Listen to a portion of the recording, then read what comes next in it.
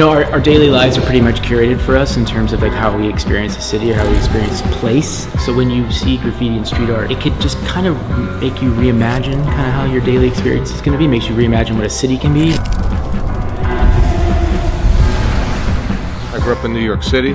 There was a rich history of young children going out, sneaking out at night, and expressing themselves, and creating big, elaborate versions of their name, which was absolutely fascinating to me as a child. It was the last thing on my mind that I would dedicate a big part of my career to it. Young kids had an art form that they were really enthusiastic about and that adults didn't understand. So I felt as if I'd been let into a secret world.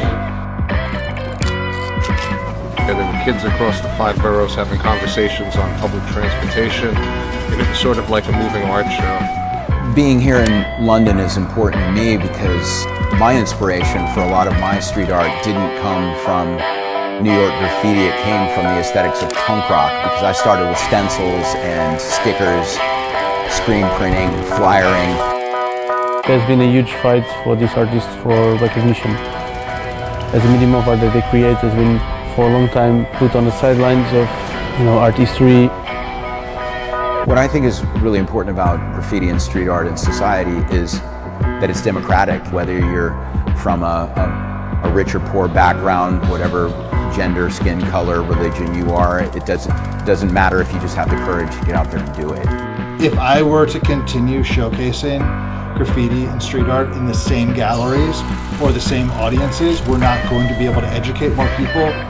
I'm absolutely grateful. 13-year-old me would have never thought this was possible. See where it started and see where it's going is really magical.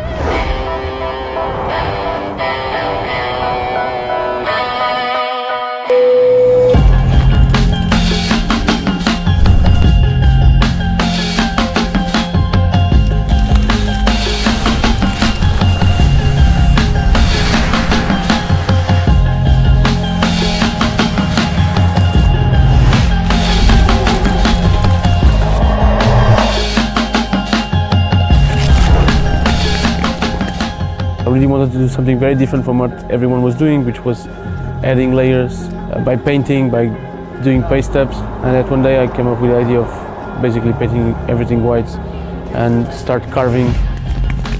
And by doing that I was also revealing layers of the past of that city.